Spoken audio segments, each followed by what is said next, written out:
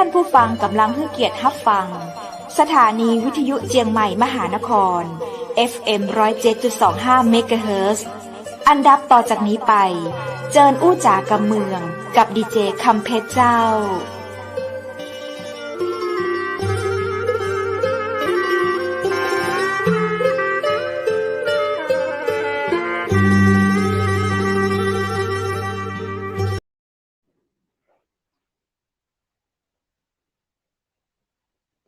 สวัสดีปีใหม่เจ้าคุณผู้ชมที่ฮักและก็ตึงหาจัดนักนะเจ้า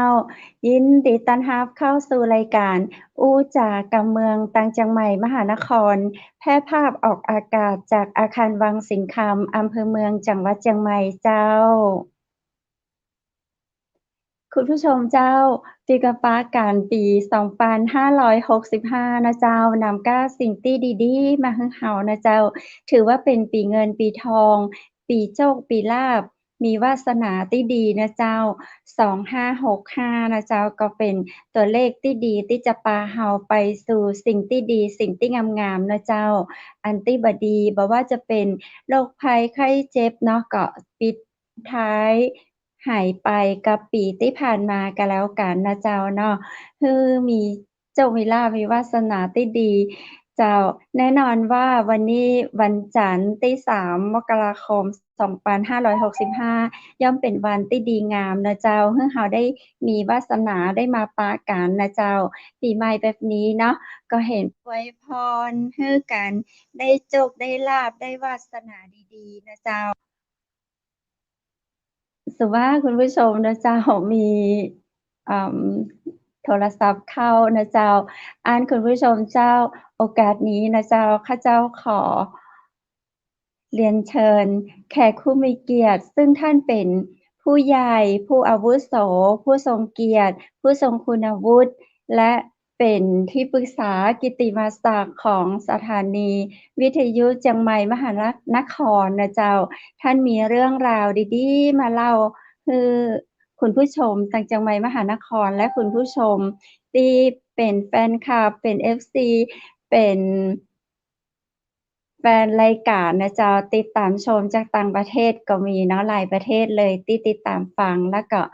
อู้จ๋าสอบถามกันเข้ามาเจ้าวันนี้ท่านปิกะปะกับเฮาเช่นเคยนะเจ้าทุกวันจันทร์ของเดือนท่านจะมาอู้จ๋าในเรื่องราวดีๆมีสาระนะเจ้าและวันนี้นั้นท่านจะมาเปิดใจในช่วงวิกฤตและทางออกของปัญหาการทำงานและการดำรงชีวิตประจำวันนะเจ้าท่านใดที่มีปัญหาอยากสอบถามหรือว่าอยากอู้อยากจ๋ากับท่านก็สามารถส่งข้อความเข้ามาได้นะเจ้าทางเพจเจียงใหม่มหานครเฟซบุ๊กเจียงใหม่มหานครและทางยูทูบเจียงใหม่มหานครเจ้าโอกาสนี้เจิญปากับท่านอดีตผู้ว่าราชการจังหวัดนายสืบศักดิ์เอี่ยมวิจารณ์ยินดีต้อนรับท่านผู้ว่าเจ้าครับสวัสดีปีใหม่ เจ้าสวัสดีเจ้ามีคุณวุฒิดีใจจังเลยได้เจอคุณวุฒิด้วยสวัสดีปีใหม่คุณวุฒิสวัสดีปีใหม่ครับสวัสดีปีใหม่ท่านผู้ว่าเจ้าสวัสดีปีใหม่ครับสวัสดีปีใหม่ท่านผู้ว่าครับสวัสดีปีใหม่ครับท่านวุฒิพอปีใหม่มาปุ๊บนี่2คนแสงสว่างมากผมนี่มืดเลยพยายามแล้วพอดีวันนี้อยู่ข้างนอกครับก็เลยยังเป็นแสงที่มืดอยู่ครับไม่เป็นไรคือเสียงมาชัดเจนอยู่เจ้าและนะปกติก็เห็นคุณวุฒิแบบนี้อยู่แล้วอะไรมืดๆอย่างนี้นะใช่แต่ปีใหม่ก็สว่างขึ้นแล้วกันไม่เป็นไรค่ะภาพไม่สว่างแต่ว่าจิตใจของเราสว่างเพราะเราอยู่ใกล้ท่านผู้ว่า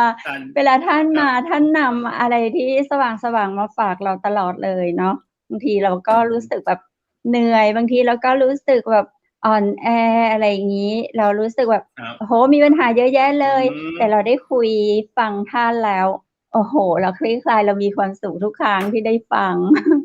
รู้สึกยินดีเลยท่านผู้ว่าสวัสดีปีใหม่ก็ขอท่านผู้ว่าอวยพรปีใหม่ให้คุณผู้ชมทางเชียงใหม่มหานครอีกทีครับก็ปีใหม่ก็ขอให้ดีกว่าปีเก่ายิ่งขึ้นไปแล้วก็มีความสุข ทั้งกายและใจทั้งทางโลกและทางธรรมก็ขอให้คิดดีทำดีพูดดีอะไรดีๆมันก็จะตามมาครับ ขอบคุณครับ ถูกขอบพระคุณเจ้า ตอนนี้ท่านผู้ว่าอยู่ที่จังหวัดไหนครับเนี่ย ตอนนี้อยู่อุดรธานี อยู่อุดรธานีตอนนี้เห็นมีทางอุดรธานีคนไปทำบุญเยอะมากเลย มีงานมีกิจกรรมอะไรอย่างก็เจ้าท่าน คนก็มาที่อะไรนะโดยมากจะมาที่อะไรที่เป็นที่มีท่านพญานาคครับเจ้าคนก็จะมาทำบุญกันเยอะก็มาขอพรท่านในปีใหม่อะไรเงี้ยเพราะคนอีสานเพราะคนภาคอีสานโดยมากก็จะนับถือองค์พญานาคก็คนก็จะมากราบไหว้กันเนาะขอพรปีใหม่เพชรบูรณ์ยังมาเลยคนเพชรบูรณ์ก็ยังมาไหว้ที่อุดรครับผมเคยไป 2-3 ครั้งแล้วที่อุดรครับได้ข่าวว่าท่านผู้ว่าก่อนช่วงปีใหม่เนี่ยคือไปปฏิบัติธรรมข้ามปีเลยไม่ได้ฉลองปีใหม่อะไรกับเขาเลยอย่างเงี้ยครับผมอยากให้เล่าบรรยากาศหน่อยครับว่าเป็นยังไงบ้างที่แบบปฏิบัติธรรมต้องบอกว่าข้ามปีจริงๆก็ปฏิบัติกี่วันคะท่านเข้าวันที่23ธันวาแล้วก็ไปตั้งแต่23ธันวาแล้วก็ไปออกวันที่2มกราปี65ก็10วันอนุโมทนาสาธุพระเจ้าก็ไปปฏิบัติธรรมก็คือเราไปปฏิบัติธรรมเนี่ยก็คือการปฏิบัติธรรมเนี่ยมันก็เหมือนกันนะคือคนที่จะปฏิบัติธรรมก็ต้องทำเหมือนกันไม่ว่าที่ไหนก็ต้องทำเหมือนกันทำแค่3อย่างเองการปฏิบัติธรรมเนี่ยทำแค่3อย่างก็คือไปพัฒนาศีลก็คือพอเราไปปฏิบัติธรรมก็เราก็จะสังเกตได้ว่า1ปฏิบัติธรรมไปทำอะไรบ้างคนก็ยังงงว่าไปวัดไปทำอะไรปฏิบัติธรรมอะไรก็ไม่มีอะไรก็คือพระพุทธเจ้าสอนมีอยู่3อย่างผมก็ย้ำทุกครั้งก็คือศีลสมาธิปัญญาถูกไหมครับเพราะฉะนั้นเวลาไปปฏิบัติธรรมเนี่ยก็คือต้องไปถือศีลถูกไหมครับบางคนเนี่ยอยู่บ้านถือศีล5ได้ถ้าไปวัดเขาจะได้ถือศีล8ได้ครับเพราะศีล8คือศีล8ก็คือเป็นรากฐานสำคัญเลยผมก็เคยย้ำแล้วว่ารากฐานสำคัญของคนที่จะให้มีความสุขเนี่ยมันก็ต้องมีศีลก่อนแต่ศีลที่แข็งแกร่งเห็นไหมพระทำไมต้องศีล227เพราะพระต้องการหลุดพ้นศีลก็ต้องมากขึ้นมันฐานมันก็จะแข็งแรงขึ้นฐานในการเขาเรียกว่าต่อยอดไปศีลไปสมาธิและปัญญาก็แข็งแรงขึ้นงั้น10 วันที่ไปก็คือ1ครับผมก็ไปถือศีล8ถือศีล8ก็ทานอาหาร2 มื้อนี่คือข้อที่1 มื้อครับแต่ที่นี่คนที่เป็นศิษย์ใหม่อะไรแบบเพิ่งเข้าครั้งแรกอะไรก็ให้ทาน3 มื้อได้ก็1ถ้าเราไปแล้ว2เขาไม่ให้พูดกันเนี่ยพอไม่พูดคือ1เราไปรักษาศีล2ไม่พูดพอไม่พูดกันเนี่ยเราโอกาสที่จะผิดศีลข้อโกหกมันก็ไม่มีถูกไหมครับเพราะนั้นเราก็ไปเคร่งครัดก็ไปก็คือการไปวัดนี่ข้อที่1ก็คือเราไปถือศีลมันก็เป็นบุญกุศลของเราเพราะศีลนี่คือการไม่เบียดเบียนทั้งตนเองและผู้อื่นก็คือไม่ฝึกไม่เบียดเบียนผู้อื่นไม่เบียดเบียนตนเองก็ไปฝึกคือก็ไปฝึกกายของเรานี่แหละถูกไหมก็คือเราก็ไปถือศีลนี่ก็เป็นรากฐานของสมาธิครับพอฝึกศีลเสร็จปุ๊บเนี่ยที่นี่เขาจะฝึกอานาปานสติคือฝึกสมาธิ3 วันแล้วก็ฝึกวิปัสสนา7 วันทีนี้การฝึกสมาธิคือฝึกอะไรฝึกสมาธิก็คือการฝึกจิตให้รู้จักดูตัวเองเป็นถูกไหมดูตัวเองเป็นแต่การฝึกสมาธิเนี่ยเราฝึกให้ดูตัวเองเป็นโดยที่เราดูแค่จิตเขาเรียกว่าจิตสำนึกพื้นจิตสำนึกพื้นหมายว่าไงเราก็ไปดูตัวเองเนี่ยเราก็ไปนั่งสมาธิดูลมหายใจเข้าออกทำจิตให้แหลมคมก็เหมือนกับว่าวิธีเราทำสมาธิเนี่ยก็เหมือนกับว่าคือเราจะได้เริ่มละอายเกรงกลัวต่อบาปครับเพราะฉะนั้นเวลาเราจะทำบาปเราจะเริ่มชะงักถ้าเรามีสมาธิที่ดีก็คือเรามีสติที่ดีนั่นเองครับแต่ว่าการทำสมาธิเนี่ยก็ไม่สามารถที่ทำให้เราเนี่ยหลุดพ้นจากความทุกข์ได้ 100% มันก็นิดๆหน่อยๆมันก็เป็นการเริ่มต้นเหมือนกับเราเอาหินเนี่ยไปทับหญ้าไว้กิเลสมันก็ไม่สามารถเจริญเติบโตได้ แต่กิเลส แต่ ไม่ ถ้า หม มี ด ค ไป นมาเตะหินออก หญ้า คนมา ก็ เตะ ขึ้น หิน มา เห ปุ๊ มื บ อนเดิม หญ้าก็ขึ้นใหม่ นั่นแสดงว่าเราฝึกสมาธิเรียกว่าฝึกพื้น อ๋อ พื้นฐานในเรื่อ ค ง รับ ของจิต อืม คือพื้นฐานเรื่องจิตเขาเรียกว่าจิตสำนึกเฉย อืม ๆแต่ถ้าจะให้เราเนี่ย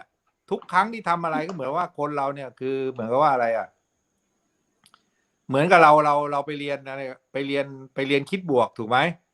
ครับ เจ้า เราไปเรียนคิดบวก 20,000 30,000 เพื่อให้เรารู้สึกคิดบวกคิดนั่นคิดดี พวกโค้ดต่างๆ พวกโค้ด โค้ดต่างๆให้คิดบวก ใส่พลังใจเข้าไปให้คิดในแง่บวกคิดไปเดี๋ยวสิ่งดีๆจะมาเงินทองจะไหลมาอะไรเงี้ยเพราะฉะนั้นอันนั้นเสีย 30,000 ถูกไหม ใช่ครับใช่ แต่อันนี้ไม่เสียตังค์เลยไปเราก็ไปฝึกคิดบวก อ๋อเหมือน ส กั มาน ธินี่ทำให้เราดูตัวเองเป็นเราก็คิดบวก เราก็เริ่มมีอัตราน้อยลงเราก็เห็นแก่ตัวน้อยลง เห็นแก่ตัวน้อยลงค้าขายมันก็ดีขึ้นเพราะเราไม่เห็นแก่ตัว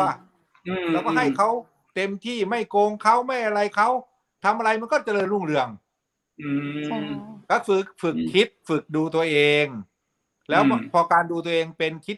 แต่ว่ามันก็เพียงฝึกแค่จิตสำนึกก็คือหมายว่าเราบังคับคือเราบังคับจิตเหมือนกับเราบังคับให้เราคิดบวกไม่คิดลบคิดบวกนะแต่มีวันหลุดครับมีบ้างมีวันหลุดมีคนมาเตะหินมันก็หลุดหรือบางทีแบบเราฝึกได้ไม่เต็มที่เนี่ยพอเรามีอะไรแรงขึ้นมา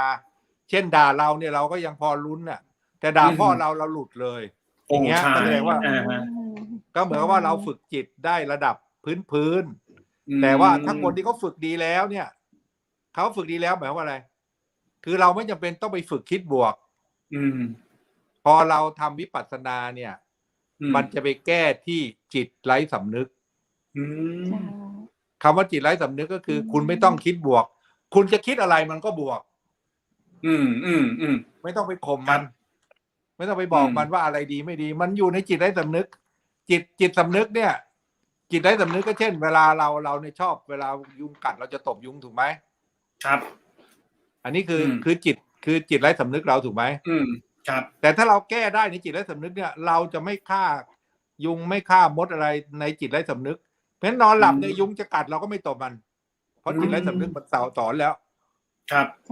แต่ถ้าเรายังไม่ถึงจิตไร้สำนึกเนี่ยนะมันก็ยังทำอะไรก็คือตบก็ยังไม่สุดนี่ก็คือเพราะการไปฝึกศีลธรรมะอันนี้คือเล่าคร่าวๆก็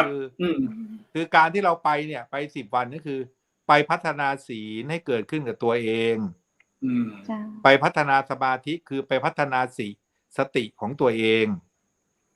แล้วไปพัฒนาปัญญาคือปัญญาทำให้เรารู้แจ้งคำว่ารู้แจ้งก็คือ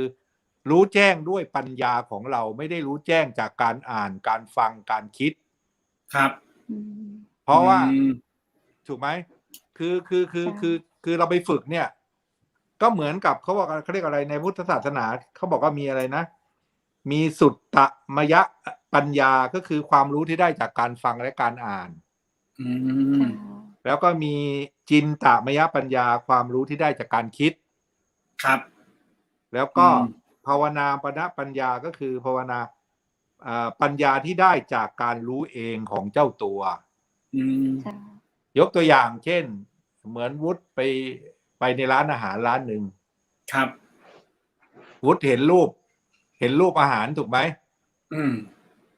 อย่างน้ำลายเลยแล้วน่ากินมากอร่อยมีผลครับมันอร่อยถูกไหมอันนี้เขาเรียกว่าเรามีความรู้เราเนี่ยเป็นแค่ความรู้ของสุตตมยปัญญาคือการอ่านการฟัง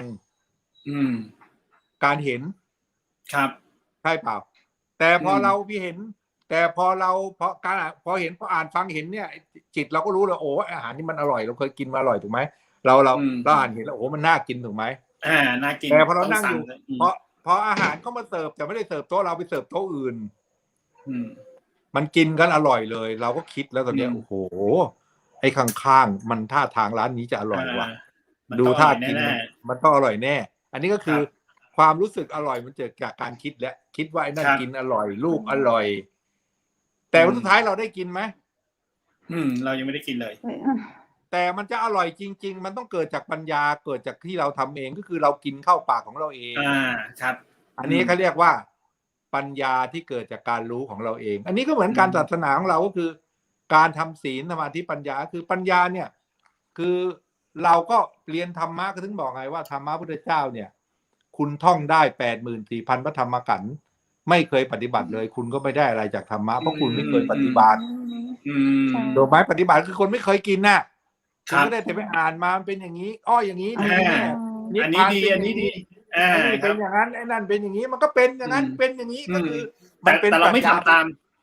แต่เราไม่เคยทำเลยถูกไหมสมาธิเป็นอย่างนั้นนั่งแล้วจะอย่างโน้นจะอย่างนี้แต่คนก็พูดไม่เคยนั่งสมาธิใช่ครับเขาบอกมาว่านั่งแล้วมันต้องดีแล้วจะเป็นอย่างนั้นเป็นอย่างนี้แต่ไอ้คนแต่ไม่เคยไปนั่งวิปัสสนา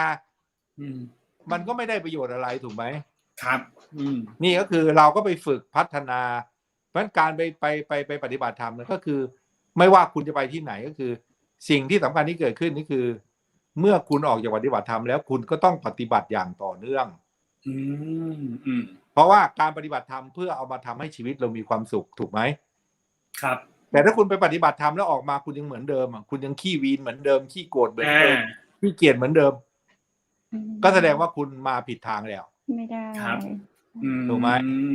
แต่ว่าที่ผมไปเนี่ยทุกครั้งที่ไปเนี่ยจิตเราก็จะนิ่งขึ้นลึกขึ้นมันก็จะมีความสุขมากขึ้นพัฒนาขึ้นไปเรื่อยๆอะไรอย่างนี้แล้วพัฒนาขึ้นไปเรื่อยๆการพัฒนาขึ้นไปเนี่ยเขาบอกว่าการพัฒนาขึ้นไปเรื่อยๆก็คือการปฏิบัติธรรมคือเป็นการเสริมสร้างศิลปะในการดำเนินชีวิตให้กลมกลืนกับธรรมชาติเพราะในปัจจุบันเราอยู่ขัดแย้งกับธรรมชาติเราอยากไปหมดใช่ครับเราอยากไปหมดเราขัดแย้งกับธรรมชาติเพราะมันไม่มีอะไรที่เราจะได้หมดเราก็ไปฝึกให้กลมกลืนกับธรรมชาติได้ก็ไม่ทุกข์ไม่ได้ก็ไม่ทุกข์ทำอะไรเราฝึกได้มากขึ้นได้ก็ไม่ทุกข์ไม่ได้ก็ไม่ทุกข์ชีวิตมันก็มีความสุขไหมในปัจจุบันนี่ถ้าได้แล้วสุขไม่ได้แล้วทุกข์โอ้โหไม่ได้เลยต้องได้เครียดเลยทำไงให้ได้ต้องให้ได้มายิ่งหาความสุขมากก็ยิ่งทุกข์มากเพราะยิ่งสุขก็ยิ่งยึดติดเพราะฉะนั้นเราก็ต้องไปเรียนว่าเรานอกจากละทุกข์ให้เป็นสุดท้ายก็ต้องละสุขให้เป็นถ้าเราละสุขเป็นละทุกข์เป็นมันก็มีความสุขไงครับแต่พระพุทธเจ้าไม่เคยสอนให้คนงอเท้านะครับไม่ให้อยู่นิ่งเฉยท่านก็สอนใครเป็นกษัตริย์ก็ให้เป็นกษัตริย์ที่ดีใครเป็นพ่อค้าข้าพดีก็เป็นพ่อค้าที่ดีถูกไหมก็นั่นท่านก็สอนทุกคนท่านไม่เคยบอกทุกคนมาบวชไม่เคยทุกคนเมื่อฝึกจิตของตัวเองจนถึงระดับหนึ่งแล้ว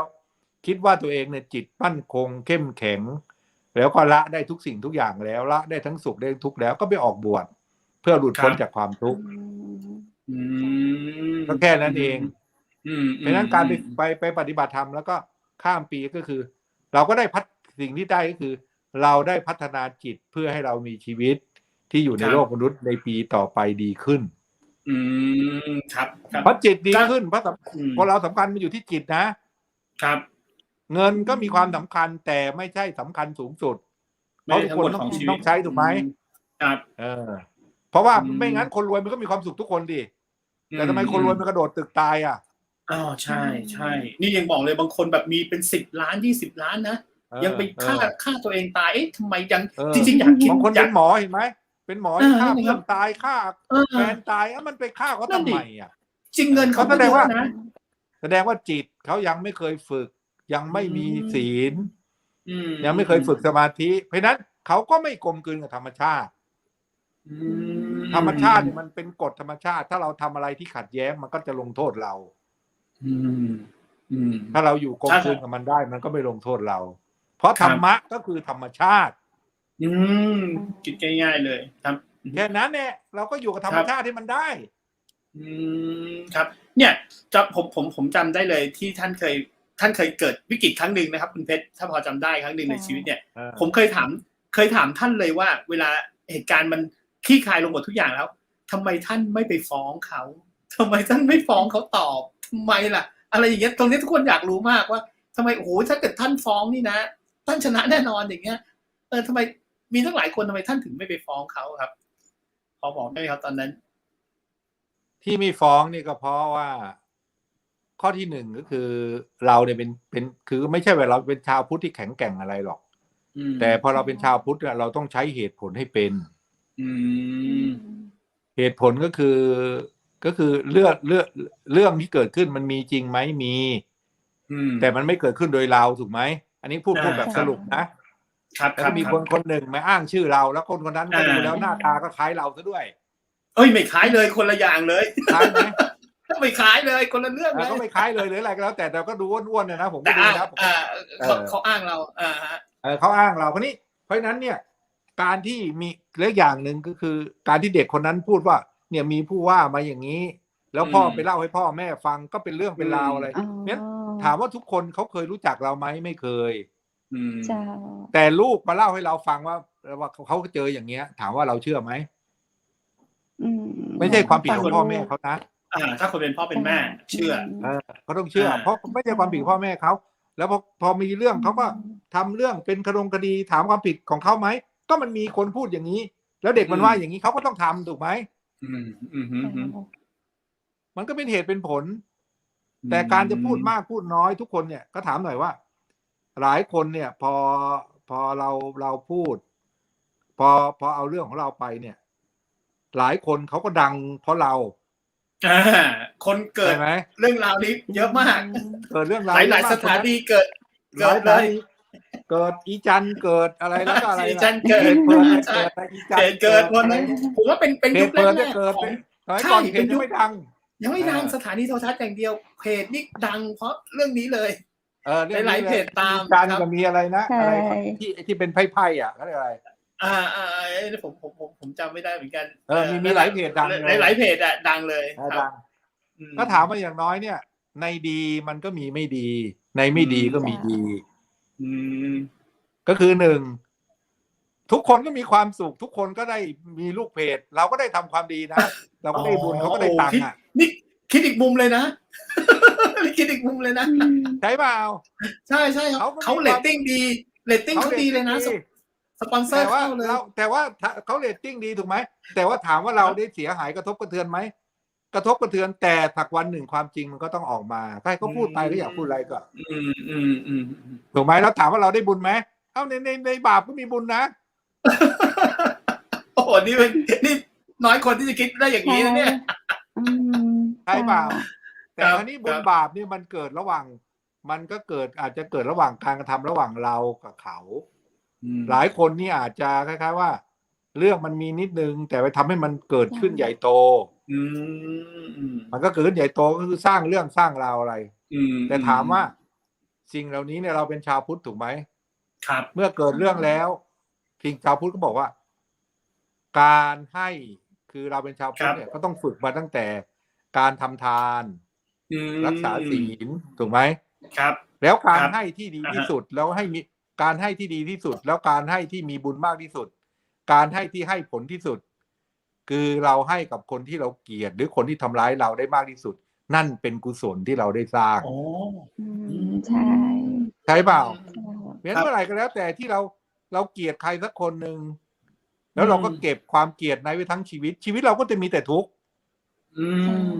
เพราะความเกลียดนั้นเนี่ยคนที่ถูกเกลียดไม่ได้ทุกข์เราเป็นคนทุกข์ครับเมื่อไหร่เราที่ละวางเราปล่อยวางได้เราปล่อยวางเป็นก็ไม่ต้องไปเกลียดเขาถึงเขาจะได้หน้าได้ตาจากเรื่องของเราเขาจะได้เรตติ้งจากเรื่องของเราก็เป็นบุญเขาอยากคือที่เขาทำเรื่องเหล่านี้เพราะเขาอยากได้นั่นอยากได้นี่เขาก็ได้สนใจเราก็ได้บุญแล้วไงอ๋อโหนี่น้อยใครจะคิดได้อย่างนี้ไม่ใช่ก็คือมันก็อาจคิดไม่ใช่อย่างนั้นแต่มันเป็นผลพลอยได้ถูกไหมครับแต่ว่าการที่เราไม่ฟ้องเนี่ยที่เราไม่ฟ้องเนี่ยก็เพราะอะไรก็เพราะว่าถ้าเราทำหรือเราฟ้องเท่ากับเราเริ่มทำกรรมใหม่กับเขาเมื่อเราฟ้องเขาใช่เพราะฉะนั้นกรรมมันก็จะเวียนไปเรื่อยชาติหน้าก็ต้องมาเจอกันอีกแต่ถ้าเราเลิกตรงนี้เราไม่มีอะไรเขาจะมีอะไรกับเรามันก็มีไม่ได้แล้วไงเกิดชาติไหนเขาก็จะมีอะไรกับเราไม่ได้เขาก็ทำอะไรเราไม่ได้แล้วแต่ถ้าเราไปฟ้องเขาก็ต้องมีทุกข์ญาติเขาก็มีทุกข์พ่อแม่ก็เป็นทุกข์ลูกเขาก็เป็นทุกข์ถูกไหมเท่ากับฉะนั้นตอนนี้เนี่ยโอกาสดีที่เราได้ทำบุญโอ้ทำบุญใหญ่ดีนะ ทำบุญใหญ่ด้วยนะ เพราะฉะนั้นบุญนี้ก็จะส่งผลให้เราและครอบครัวมีความสุขทำไหมถ้าเราไปฟ้องเขาแล้วได้เงินมา หรืออาจจะไม่ได้ก็ได้แล้วเราก็ต้องเสียเวลาเสียเงินเสียทองเสียเวลามันแต่ที่เสียที่สุดคือใจเราก็เสียใจจะต้องไปหมกมุ่นจะต้องไปวุ่นวายกับเรื่องที่ไม่เป็นเรื่องต้องขึ้นศาลไม่รู้กี่ปีจะจบแล้วมันสนุกนักหรอขึ้นศาลน่ะแล้วต้องเดินทางไปถึงเดินทางตลอดด้วยสอนเดินทางไปกรุงเทพก็เราก็เลิกเลยก็จบชีวิตก็มีความสุขเพราะฉะนั้นคิดเป็นก็คืออะไรเขาเลยเป็นคดีความอะไรที่เขาพูดอะไรกินขี้หมาดีกว่าอะไรเขาอะไรน่ะเห็นไหมโบราณว่าใช่ป่ะครับอันนี้ก็อยู่ที่คือมันก็อยู่ที่วิธีคิดไงอยู่ที่วิธีคิดของแต่ละคนจริงๆผมว่าหลายคนไม่ได้คิดอย่างนี้แต่วิธีคิดทุกคนเนี่ยฝึกได้ไงอ๋อครับฝึกได้ไงพระพุทธเจ้าเห็นไหมพระพุทธเจ้าเราเนี่ยที่เกิดมาทั้งหลายชาติเนี่ยท่านทำมาทุกอย่างก็ด้วยจิตของความมีเมตตากรุณามุทิตาอุเบกขาก็คือที่พุทธศาสนาสอนทั้งนั้นแล้วเราเป็นชาวพุทธเนี่ยเราก็ได้เรียนรู้แต่โดยมากเรียนรู้แล้วเราก็ได้เรียนรู้แต่เรามาพูดกันไปในแง่ปรัชญาครับแต่เราไม่เคยเอามาใช้ไม่ได้เอามาใช้ในชีวิตจริงใช่ถ้าเรามาใช้ในชีวิตจริงเราก็จะมีความสุขก็แค่นั้นเองเนี่ยคือเนี่ยคือเราไม่จำเป็นต้องบอกว่าเราเป็นชาวพุทธครับแต่ถ้าเราทำตามที่เพราะจริงๆแล้วเนี่ยพระพุทธเจ้าเราก็บอกแล้วอ่ะท่านไม่ได้เป็นพระพุทธเจ้าองค์เดียวนะมีพุทธเจ้าก่อนท่านไม่รู้เท่าไหร่หลังท่านก็มีพุทธเจ้าแต่พุทธเจ้าเป็นเพียงแต่เอากฎของธรรมชาติมาบอกว่าถ้าเราจะมีความสุขเราต้องทำอย่างไรพระพุทธเจ้าไม่เคยบอกให้ทุกคนมานับถือพระพุทธเจ้านะท่านบอกว่าหลังจากท่านอะไรท่านปรินิพพานไปแล้วเนี่ยครับสิ่งสำคัญที่สุดก็คือให้นับถือธรรมะคือตัวท่านเพราะฉะนั้นธรรมะก็คือกฎของธรรมชาติถ้าทุกคนพระพุทธเจ้าได้รู้กฎของธรรมชาติว่าจะทำยังไงให้อยู่ในโลกมนุษย์อย่างกลมกลืนและมีความสุขเพราะฉะนั้นเราก็ฝึกไปเพื่อให้มีความสุขแล้วก็ต้องฝึกแล้วก็ต้องฝึกไปให้ถึงจิตไร้สำนึกให้ได้ครับเพื่อให้คิดออกมาแบบที่เราไม่ทุกข์ให้ได้ครับอย่างที่ท่านพูดก็คือเหมือนเป็นการควบคุมจิตตัวเองควบคุมจิตตัวเองว่าเอาพูดกันภาษาชาวบ้านอย่าปี๊ดอย่าขึ้นอย่าหัวร้อนอะไรอย่างเงี้ยการมีสติตลอดเวลาเรียกว่าผมคิดว่ามันน่าจะยังไม่ 100% การควบคุมก็เหมือนเรามีแค่สมาธิ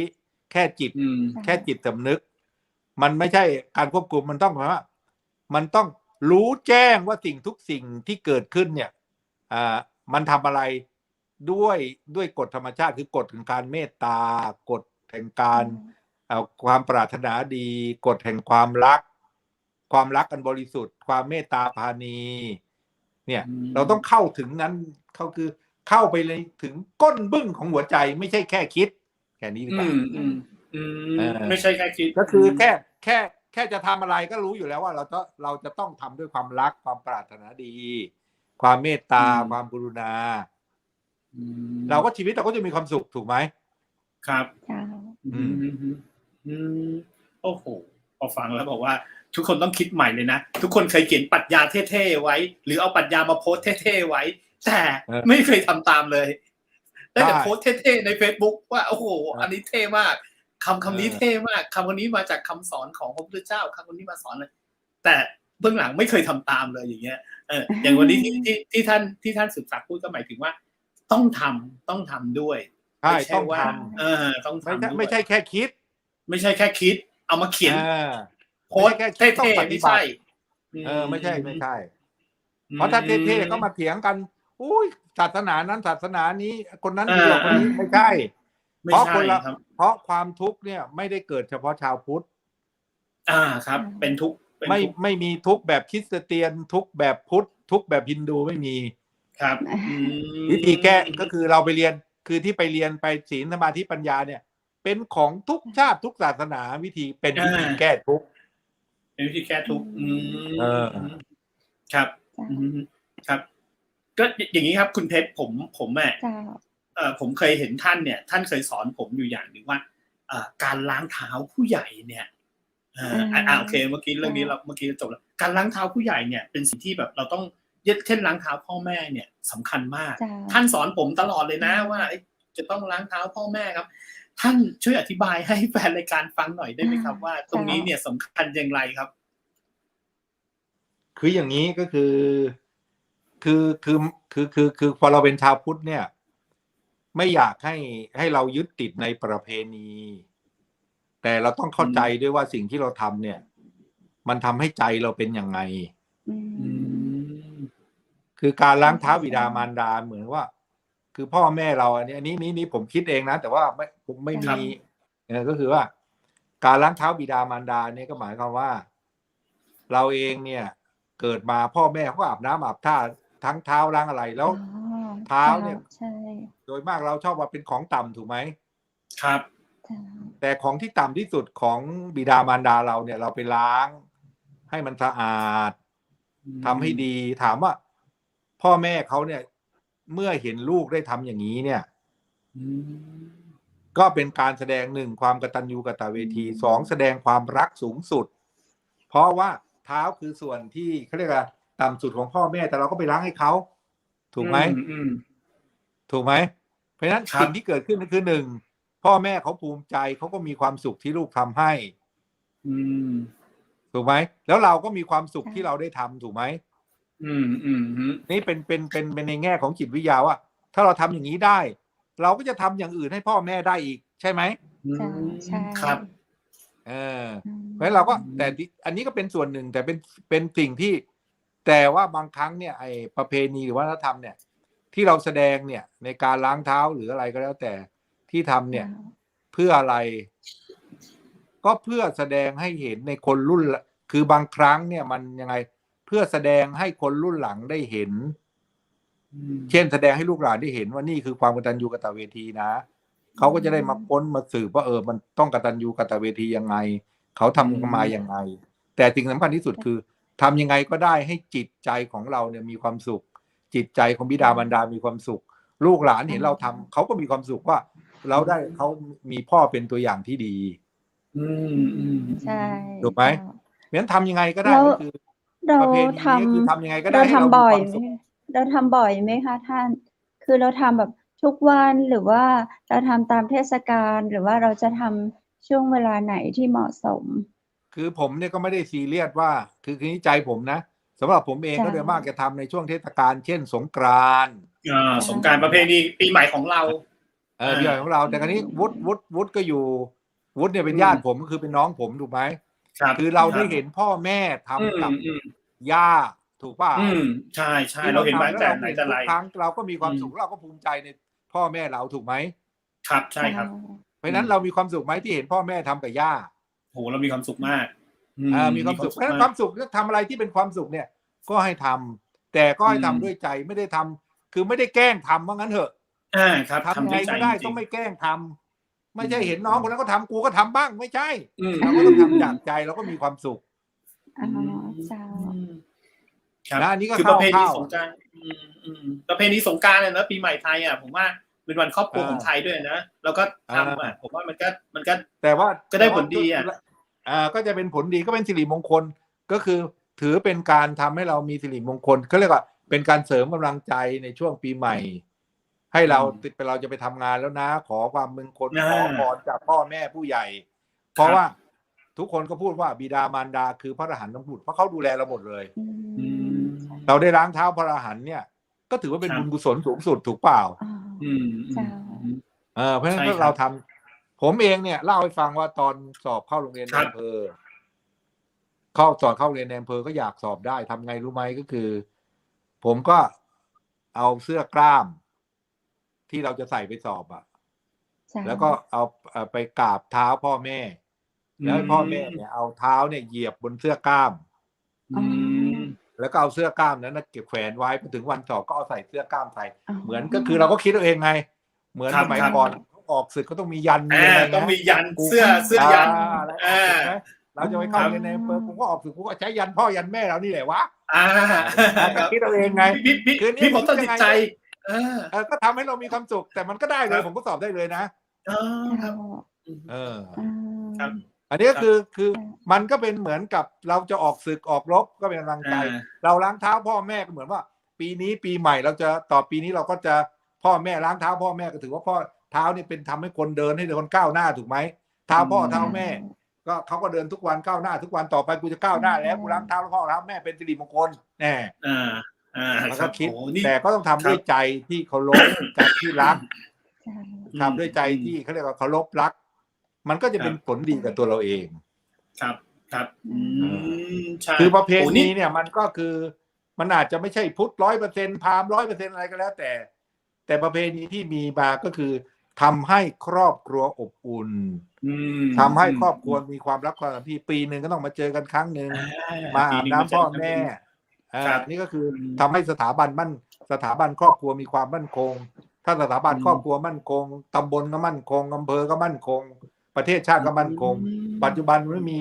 พิธีเหล่านี้ต่างคนต่างอยู่พ่อก็อยู่ทางแม่ก็อยู่ทางลูกก็อยู่ทางก็ไม่ได้ทำอะไรร่วมกันมันก็ได้หลายอย่างครับใช่เดี๋ยวนี้จะแบบบางคนก็ชอบบอกว่าอวยพรกันทางออนไลน์ก็ได้โอ้โหมันอย่างที่ท่านบอกนะมันก็เหมือนฝึกจิตนะไม่ได้ไปสัมผัสจริงๆเนาะไม่ได้สัมผัสจริงๆเราเอามือไปล้างเท้าพ่อแม่ก็เคยดูไหมหนังที่หนังจีนน่ะที่ว่าอะไรพ่อแม่โตแล้วก็อะไรที่ว่าอะไร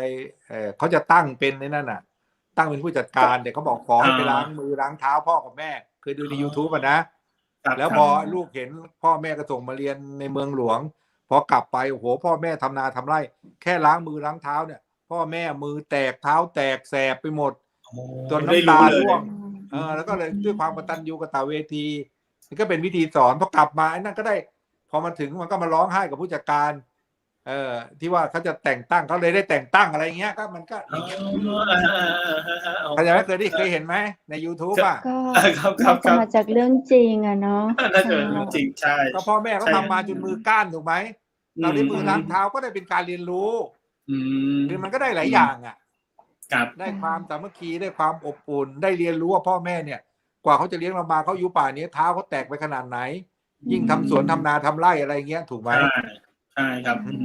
ใช่อย่างเนี้ยอย่างที่ท่านพยายามสอนให้คิดก็คืออย่างที่บอกโอเคก็เหมือนโดกลับมาคำถามแรกอย่างที่บอกว่าท่านพยายามบอกว่าให้คิดทุกอย่างให้คิดบวกเข้าไว้ให้คิดอะไรคิดบวกคิดในแง่ดีคือคิดไม่โอเคไม่ต้องไปเสียเงินจ้างไลฟ์โค้ดแพงๆ 30,000 20,000 หรอกเอาแค่หลักเนี้ยคือแต่ละวันเนี่ยที่ท่านจะบอกว่าแต่ละวันเนี่ยให้เราคิดบวกคิดแต่เรื่องดีๆอะไรเข้าไว้แล้วเดี๋ยวเรื่องดีๆมันก็จะเข้ามาเองก็เหมือนอย่างที่ท่านบอกอะไรอย่างนี้ใช่ไหมครับโอเคค่อนข้างชัดมากครับใช่ครับท่านครับผมถามนิดนึงคุณเพชรมีอะไรจะถามเดี๋ยวผมจะถามท่านอย่างเดียวเลยคุณเพชรเชิญครับคุณเพชรครับผมค่ะก็ชอบฟังเรื่องแบบนี้ค่ะชอบถ้าเวลาได้ฟังชอบฟังค่ะถ้าเป็นเรื่องแบบเกี่ยวกับธรรมะเกี่ยวกับการสอนลูกสอนอะไรที่ต้องปฏิบัติกับพ่อกับแม่อะไรอย่างเงี้ยค่ะชอบเป็นคนชอบฟังอยู่แล้วคุณพุทธชอบฟังคุณพุทธถามดีมากแล้วก็ได้คำตอบที่ดีอะไรอย่างเงี้ยแล้วก็นึกถึงตัวเราไปด้วยอะไรอย่างเงี้ยค่ะล้างเท้าเนี่ยก็คือไม่ได้ทำในช่วงเทศกาลถ้าโดยส่วนตัวเพชรอะค่ะก็คือไม่ได้ทำในเทศกาลแต่ว่าทำเวลาที่เรากับแม่พร้อมคือบางทีเราไปได้ยาจีนมาเขาบอกว่าเอามาล้างเท้าเอามาแช่เท้าด้วยน้ำอุ่นอะไรอย่างเงี้ยค่ะได้ยาจีน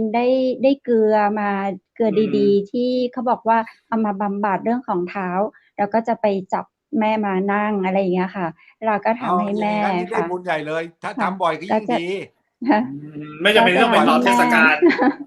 อาจจะไม่รอไม่เพราะว่าเทศกาลเนี่ยแม่เขาก็จะเราก็จะยุ่งใช่ค่ะเราก็จะยุ่งอะไรอย่างเงี้ยค่ะเราก็จะมีกิจกรรมงานของเราแต่เราจะทำเวลาที่เรากับแม่ว่างพอกันอะไรอย่างเงี้ยค่ะทุกวันนี้ก็ถ้าศุกร์เสาร์อาทิตย์ที่บอกคุณว่าก็จะไปบ้านคุณยายเราก็จะไปนวดเท้าให้อะไรเงี้ยค่ะเพราะว่ามันเป็นฤดูหนาว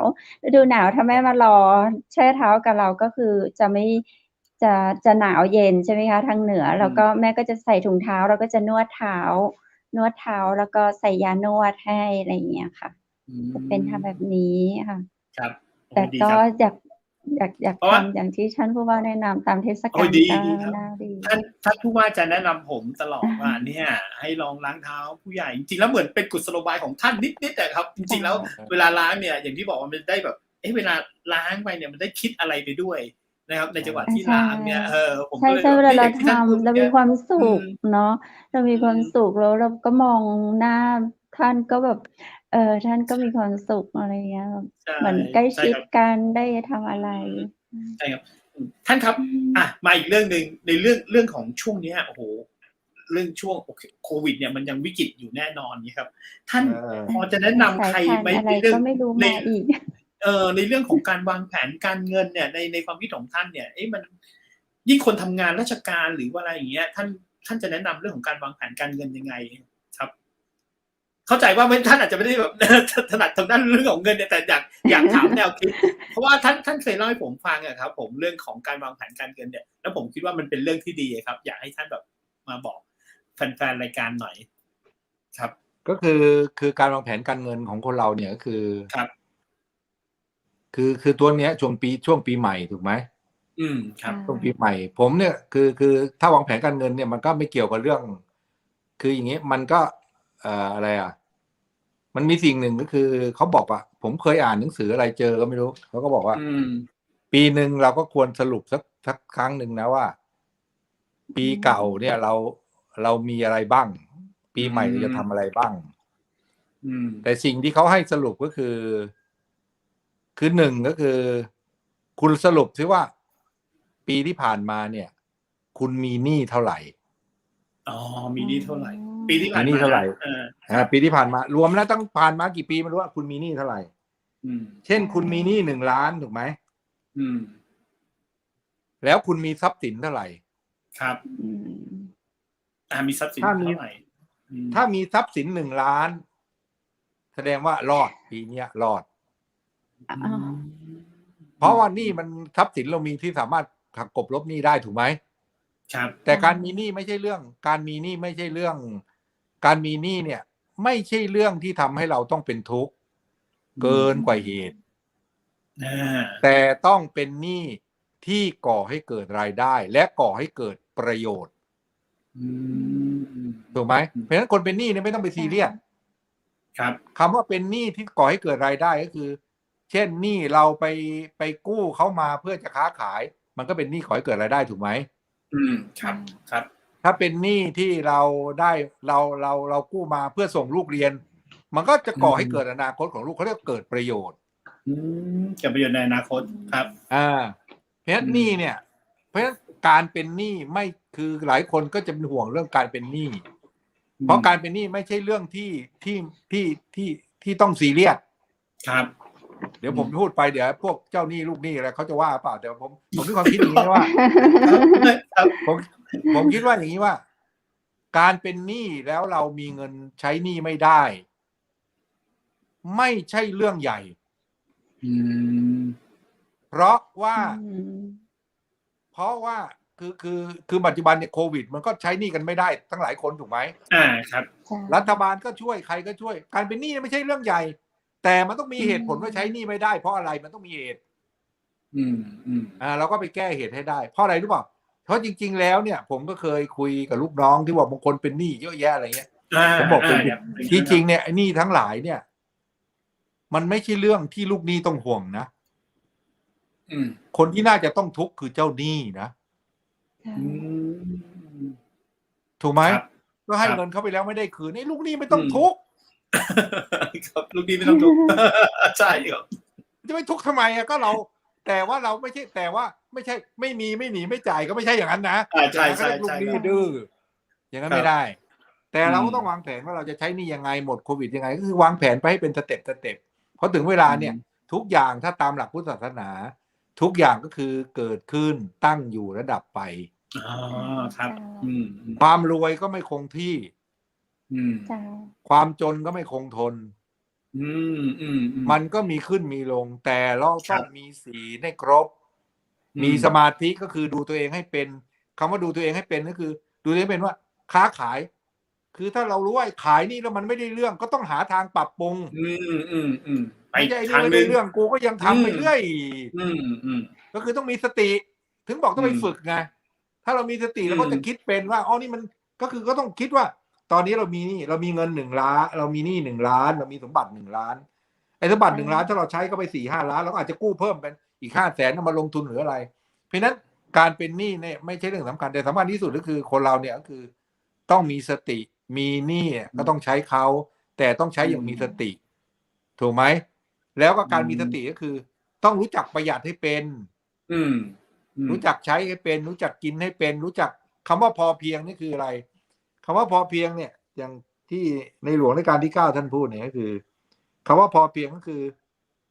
อยู่ตามอัตภาพของตัวเองคนมี100 ล้านเขาจะกินหูฉลามวันละ10 หม้อก็เรื่องของเขาเขาก็ทำได้ครับเขาทำได้แต่เราคนธรรมดาเราก็กินอะไรก็เพาะปลาวันละ10 หม้อแม่งก็เหมือนกันดูแล้วรสชาติเหมือนกันอิ่มเหมือนกันด้วยรสชาติหมูกรอบก็อร่อยก็ไม่ได้ต่างกันแม่งก็รสชาติเหมือนกันเลยก็เพราะว่าใช่เหมือนกันเลยก็คือต้องอยู่ให้เป็นไงครับ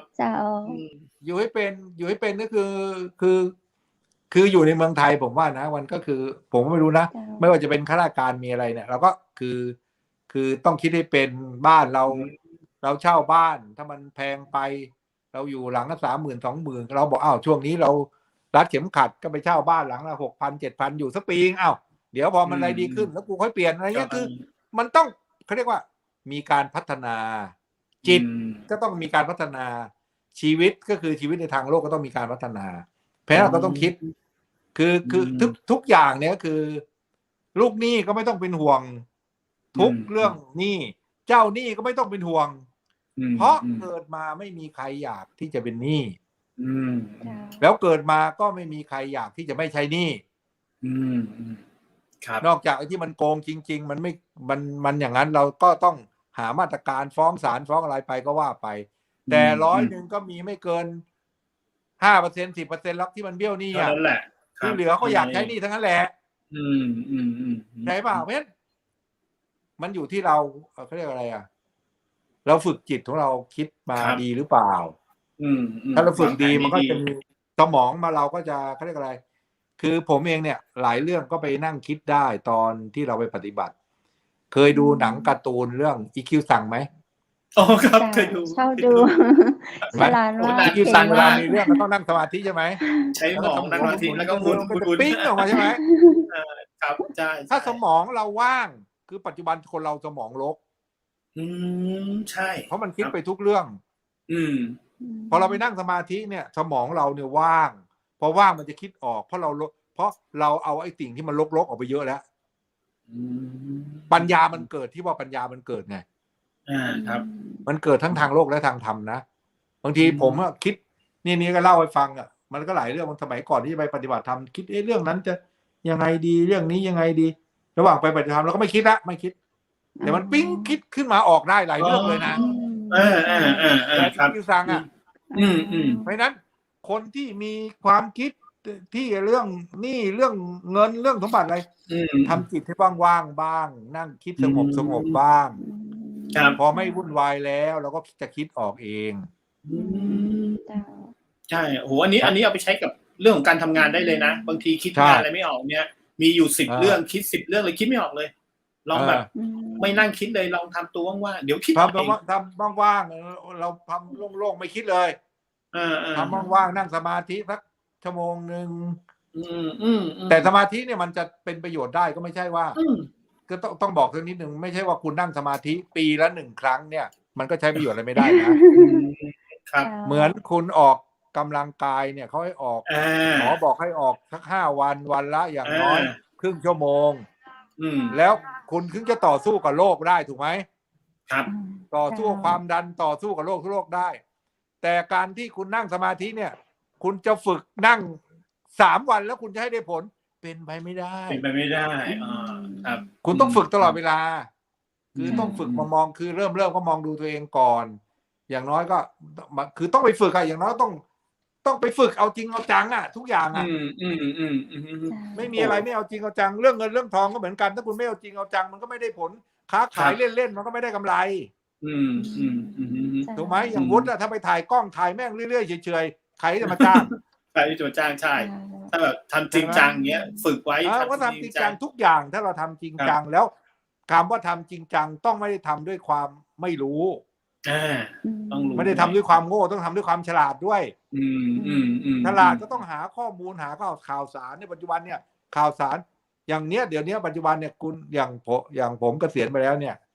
อยากจะทำอะไรกินเนี่ยอยากจะทำกินเองเนี่ยไม่ต้องไปถามใคร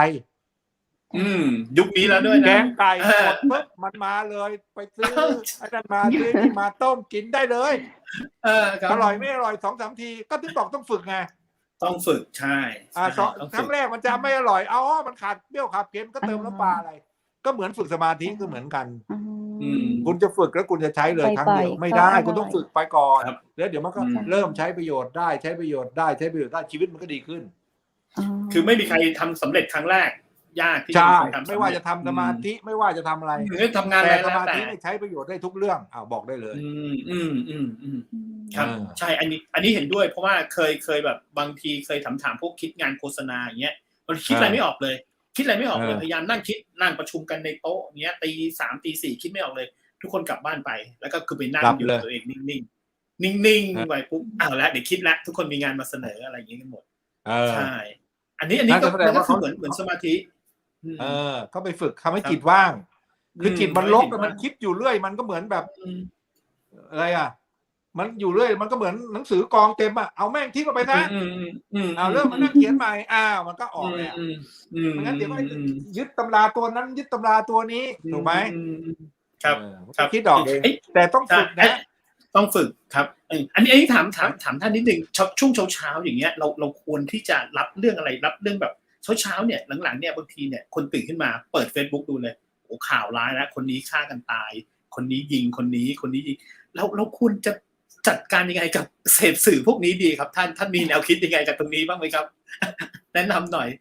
ก็คือผมเองเนี่ยเช้าขึ้นมาก็พยายามอย่างนี้คืออย่างน้อยนั่งสมาธิ1 ชั่วโมงเลยตอนเช้าให้หัวมันโล่งแล้วเช้าไปเลยแต่นี้ก็ไม่ใช่นั่นนะเพราะว่าท่านดูสิเช้าเนี่ย1มันจะเงียบ2อากาศจะดีอากาศจะเย็นถูกไหม3หัวมันจะโล่งเพราะเราไม่ได้คิดอะไรมาตั้ง 7-8 ชั่วโมงเพราะนั้นจะอยากคิดอะไรเนี่ยตอนเช้าแต่ไม่ใช่ตื่นมาเราคิดเลยนะเราไปนั่งสมาธิสัก1 ชั่วโมงแล้วมันหัวมันจะโล่งเหมือนเคลียร์ถ้าพูดสมัยใหม่เคลียร์ฮาร์ดดิสก์เคลียร์ฮาร์ดดิสก์ให้มันโล่งๆให้มันโล่งๆเคลียร์ฮาร์ดดิสก์พื้นที่ทำงานครับก็เหมือนว่าพอมันเคลียร์ฮาร์ดดิสก์ที่มันโล่งๆพอโล่งๆปุ๊บเราก็จะทำงานได้ผมก็จะใช้วิธีประมาณ1 ชั่วโมงตั้งแต่สมัยทำงานจนเกษียณผมก็ยังทำอยู่ครับก็คือแต่ก็ต้องนอนให้หัวค่ำนะไม่ต้องไปนอนดึกอะไรสัก3-4 ทุ่มมันก็นอนแล้วเช้าก็ตื่นมาสัก5 ตี 5นะนั่งสมาธิถ้าไม่ได้ก็เช้าตื่นสายก็ไปใส่บาตรซะก่อนส่วนอะไรเขาเรียกอะไรสื่อโซเชียลเนี่ยคือปัจจุบันคนมันอดไม่ได้หรอกตื่นมายากสักนิดก่อนเลยดูก่อนเลยตื่นแล้วไอ้ที่ก่อนนอนก็ส่งอะไรนะส่งเฟซไปแล้วเช้าเช็คที่มันมีกดไลค์หรือเปล่าวะใช่ไม่ได้ไงเราไม่ได้เพราะเราไม่เราที่วิธีก็คือเราต้องฝึกทีนี้การฝึกเนี่ยผมเคยอ่านตำราเคยอะไรเงี้ยเขาบอกจะฝึกอะไรให้เป็นนิสัยเนี่ยต้องอดทนทำให้ได้28 วันหลังจากนั้นมันจะเป็นนิสัยเลย28 วันแรกที่จะเป็น28 วันแรกคุณต้องอดทนทำทุกวันถ้าคุณจะนั่งสมาธิเช้าครึ่งชั่วโมงเย็นครึ่งชั่วโมงคุณต้องเอาไว้ก่อนเลย28 วันแล้วหลังจากนั้นมันจะง่ายเหมือนมันจะเป็นอัตโนมัติเหมือนคุณไปออกกำลังกายถูกโอ้ยมันไม่ได้หรอกอะไรแต่ถ้าคุณไปเช้าคุณไปเลยคือถ้าคุณไม่นั่งสมาธิจะทำให้หัวโล่งนะถ้าคุณยังนั่งสมาธิคุณไปเดินออกกำลังกายเลย1 ชั่วโมงไม่ต้องคิดอะไรไปเดินออกกำลังกายก่อนทุกวันวันละ1 ชั่วโมงคุณก็ได้กำลังกายด้วยถ้าคุณทำครบ28 วันนะมันคือคนเราจะโอ้ไม่ได้หรอกไม่มีเวลาแต่ถ้าคุณทำ28 วันมันจะเหมือนกับว่า ถามว่าคุณไม่มีเวลาแต่ถึงเวลาคุณอาบน้ำทุกวันไหมล่ะ ใช่ เนาะ อาบน้ำทุกวันไหม เช้า กินข้าว เย็ ทุ น กวันไหม ด้วย ถามว่าคุณไม่มีเวลาคุณกินข้าวทุกมื้อไหม อืม แล้วทำไม ดูโทรศัพท์ ไม่ ดู ทำล่ะ ดูโทรศัพท์ทุกวันไหม ดูโทรศัพท์ทุกวันใช่ไหมแล้วทำไม ใช่ เราออกกำลังกายทุกวันไม่ได้ทำสมาธิทุกวันไม่ได้ เพียงแต่เราต้องจัดเวลาให้เป็น ใช่ครับ ใช่ ใน1 วันเนี่ยนะจัดเวลาให้เป็นครับ ใช่ เจ้า แล้วเรื่องการ ใช่ เงินเนี่ยก็คือเรื่องการเงินเนี่ยเราก็ต้องมองก็คือคนเราก็ต้องมองก็คือผมเองเนี่ยรับอาชีพรับรายการแล้วก็มองว่า ครับ มีรับรายการเนี่ยมันก็จะง่ายหน่อย เพราะเกษียณแล้วมีบำนาญให้กิน ถึงมันจะไม่มากแต่มันก็อยู่ได้ ก็ต้องจัด แต่ สรร อา ให้ ชี ดี พอื่นเนี่ยมันก็อยู่ได้แต่อยู่ได้ตามอัตภาพ อยู่ได้แบบไม่ฟุ้งเฟ้อแต่ว่าถ้าเป็นเอกชนเนี่ยคุณต้องเตรียมการให้ก่อนเกษียณว่าหลังเกษียณคุณจะอยู่ได้อย่างไร ต้องเตรียมเงินเท่าไหร่อันนี้สำคัญนะ เจ้า ปีใหม่ ครับ ต้องดีกว่าปีเก่าปีเก่าก็คือทุกอย่างเนี่ยคุณต้องพูดว่ามันเป็นอนิจจังคืออนิจจังทุกขังอนัตตา ครับ เจ้า แต่เราจะทำยังไงให้ปีใหม่ดีกว่าปีเก่าคุณต้องคิดนะต้องดีกว่าทุกปีดิ ครับ เนี่ยปีนี้ก็แย่ลง อืม ปีนี้ก็แย่ลงชีวิตก็แย่ดิ อืม เงินเดือนมันยังขึ้นทุกปีเลยข้าราชการน่ะ ครับ ถูกไหม ครับ อย่างวุฒิบริษัทวุฒิอ่ะปีนี้มีคนมาจ้างทำหนัง5 เรื่องพออีกปีนึงเหลือ4 เรื่องมันก็เจริญไม่เจริญขึ้นมันต้อง6 เรื่อง เรื่อง ครับมันต้องเจริญขึ้นเจริญขึ้นค แต่ รับ คนเราก็ต้องมีลิมิตถามว่า7 เรื่องเนี่ย อืม บริษัทเรารับไหวไหม อ๋อ ถ้ารับไหวไหม7 เรื่องก็พอ อืม ไม่ใช่มึงรับ10 เรื่องแล้วมีคนทำได้แค่7 เรื่องพังไหม พังมันจะพังทั้งหมดเลยครับ มันจะมาทั้งหมดเลยมันก็ต้องมีวิธีคิดว่า อันไหนพออันไหนไม่พอ ครับ มันก็ต้องฝึกจิตให้มีสติ อื ไม่ใช่มีแต่ความโลภ ครับ ถ้าเราโลภอยากได้10 เรื่อง แต่ทำไม่ได้พังไหม พัง ผลสุดท้ายมันมาอยู่ที่ศีลสมาธิปัญญาหมดแหละ นี่คือข้อสรุปเลยนะของวันนี้ ครับ มันอยู่ที่วิธีคืออยู่ที่วิธีคิด ครับ มันอยู่ที่จิตเพราะมันอยู่ตรงนี้ ถ้าจิตเราปลอดโปร่งจิตเราโล่งสบาย จิตเราก็คิดออกพอคิดออก ครับ ทุกเรื่องคิดออก เพราะความทุกข์ที่เกิดขึ้นกับมนุษย์ไม่ว่าจะเป็นเรื่องเงิน ไม่ว่าจะเป็นเรื่องงานไม่ว่าจะเป็นเรื่องอะไร ความคิดเหล่านั้น ความทุกข์นั้นเนี่ย เราเนี่ยชอบโทษว่าความทุกข์เกิดจากเจ้านาย เกิดจากเงินเกิดจากคนนั้นเกิดจากคนนี้ แต่ว่าเมื่อเราฝึกสมาธิเราจะรู้ว่า ความทุกข์นั้นน่ะ เกิดจากเขาส่วนหนึ่งเกิดจากเราส่วนหนึ่ง เกิดจากเราส่วนหนึ่ง เพราะเราไปคิดเองไง ครับ ไปคิดว่าเจ้านายไม่ดีที่จริงเจ้านายก็อาจจะดีก็ได้ แต่เราไปคิดว่าเขาไม่ดี หรือเขาไม่ดี แต่เราก็บอกว่าอ้าวถ้าเขาด่าเรา มันก็ไม่ใช่ว่าเราไม่ใช่ว่าเราไม่ดี เราอาจจะดี แต่ที่เขาด่าเราถูกไหมก็อาจจะเป็นคนไม่ดี คือเราไปคิดข้างนอกหมดเลย ครับ ไปคิดว่าเจ้านายไม่ดีเพื่อนงานไม่ดี อะไรไม่ดีทุกอย่างไม่ดีหมดเลย แต่จริงๆเราต้องคิดว่าเราก็มีส่วนไม่ดีนะมันเขาจะด่าเราได้ไง ต้องหันมามองตัวเราเองด้วยเนาะ หันมองตัวเอง ครับ เมื่อไหร่ก็แล้วแต่ที่เรามองทั้งภายในคือฝึกสมาธิมีสติ เราจะเริ่มมองตัวเองแล้วมองคนอื่น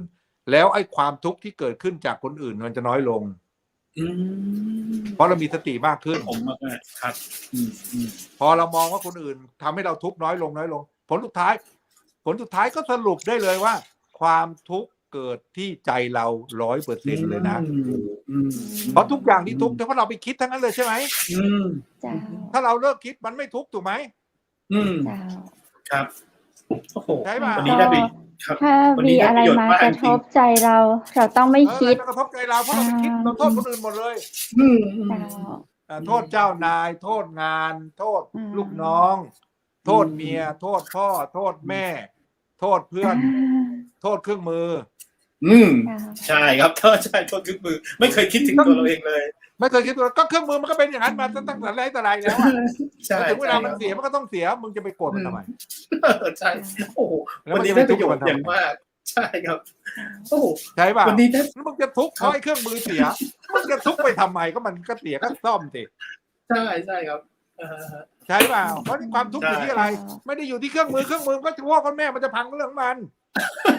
มันเกี่ยวอะไรกับเรา แต่ใจเราไปทุกข์ เราก็อย่าทุกข์ซะจบคือแค่ใจเราไม่ทุกข์แค่นั้นเองแม้เรื่องมันจะอะไรเนี่ยถ้าใจเราไม่ทุกข์ไม่ว่าจะเรื่องหนักเรื่องเบากูไม่ทุกข์สักอย่างมันจะมีอะไรเกิดขึ้นเจ้าโอ้โหฟังแล้วได้ประโยชน์มากๆวันนี้คุณเพชรแล้วฟังไปฟังมา1 ชั่วโมงผ่านไปแล้วก็นั่นแหละยังคิดอยู่เลยแบบทำไมเวลาผ่านไปไวมากเลยแบบเป็นอะไรที่เรายังอยากฟังอะไรต่ออะไรอย่างนี้เนาะเดี๋ยวเขาบอกว่าเดี๋ยวคุณวุฒิต้องบอกท่านหนังสือเล่มหนึ่งเลยที่แบบเราเพิ่งอ่านไปแค่4-5 บทเองยังเหลือเอาจริงๆนะครับยังเหลืออีกประมาณหลาย10 บทที่ยังไม่ได้อ่านนี่ครับที่เราต้องอ่านจากตัวท่านเนี่ยนี่เราได้อ่านแค่ 2-3 บทใช่ครับเดี๋ยวคุณวุฒิต้องบอกท่านว่าอย่าเพิ่งออกห้องแต่ว่าเดี๋ยวเราต้องปิดรายการก่อนเดี๋ยวเราปิดรายการก่อนเดี๋ยวเราใช่เราปิดรายการก่อนท่านอย่าเพิ่งกดออกอะไรอย่างนี้เนาะเพราะว่าเดี๋ยวแต่สำหรับคุณผู้ชมทางบ้านเนี่ยก็สามารถติดตามชมท่านได้ทุกวันจันทร์ของต้นเดือนนะเจ้าวันนี้น่าเสียดายเวลานี่เนาะผ่านไปเว้ยแต่เว้ยว่าเปิ้นว่าใจก็หมดบ่ใจก็หมดก็คือเวลาเขาอยากให้เวลาอยู่หยุดก่อนอยากฟังผู้ว่าอยู่มันบ่ยอมเชื่อบ่ยอมฟังเฮานะเจ้าท่านผู้ว่าเจ้าตรงท้ายชั่วโมงวันนี้ตะกี้มากับพรนะเจ้าเข้ารายการส่งท้ายชั่วโมงนี้ก็ขอเชิญท่านผู้ว่าอวยพรให้คุณผู้ชมส่งท้ายทางการพระเจ้าก็ขอให้ทุกท่านนะครับเจริญทั้งทางโลกและทางธรรมแล้วก็พัฒนาศีลสมาธิปัญญาแล้วก็ให้มีความทุกข์น้อยๆทุกน้อยลงลดลงจนไม่มีทุกทุกคนทุกท่านนะครับสวัสดีครับสวัสดีครับสวัสดีเจ้า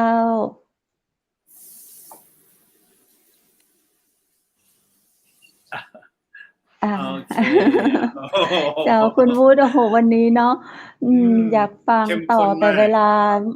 เดี๋ยวต้องคุยกันท่าหลังใหม่ก่อนละกันเนาะวันนี้เดี๋ยวเราขอบคุณทางสปอนเซอร์ใจดีของเราเจ้าใช่ครับก็คือคอนเฟกต์ผักกรอบนะครับมีประโยชน์จากผักแท้ 100%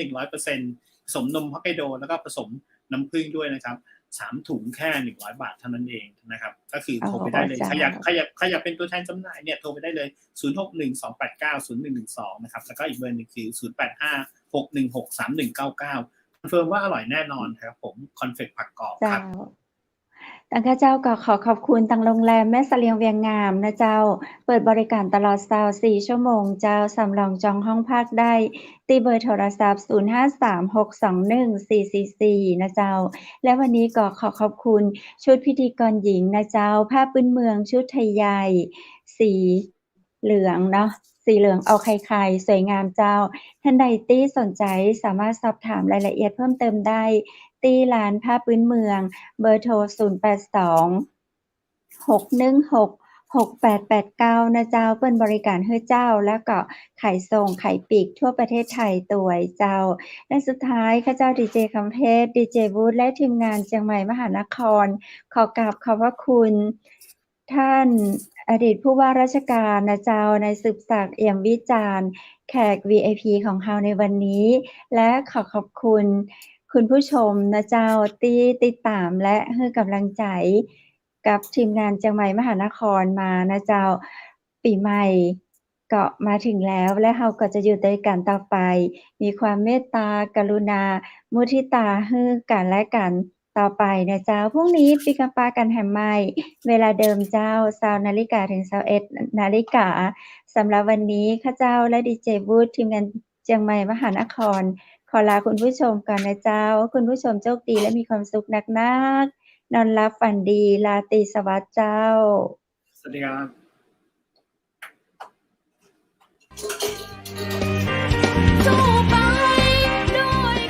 สถานีวิทยุเจียงใหม่มหานคร 107.25 เมกะเฮิรตซ์ขอแสดงความห่วงใยและเป็นกำลังใจให้ทุกท่านในช่วงการระบาดของโรคโควิด -19 ในครั้งนี้เพื่อลดความเสี่ยงควรสวมหน้ากากอนามัยทุกครั้งล้างมือเป็นประจำขอให้อยู่ที่บ้านให้นักที่สุดด้วยความปรารถนาดีจากหมู่เฮาเจ้าเจียงใหม่มหานครสนับสนุนโดยกาแฟโกแม็กคอฟฟี่และโรงแรมแม่เสรียงเวียงงามโท โทร 053-621-444 และ 081-595-2883